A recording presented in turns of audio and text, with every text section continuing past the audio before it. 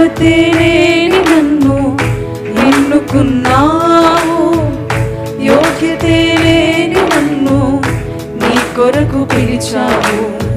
ధూళినైన నన్ను పిలిచితివా నీ సేవకై, మంటినైన నన్ను నిలిపితివా దీపస్తంభమై.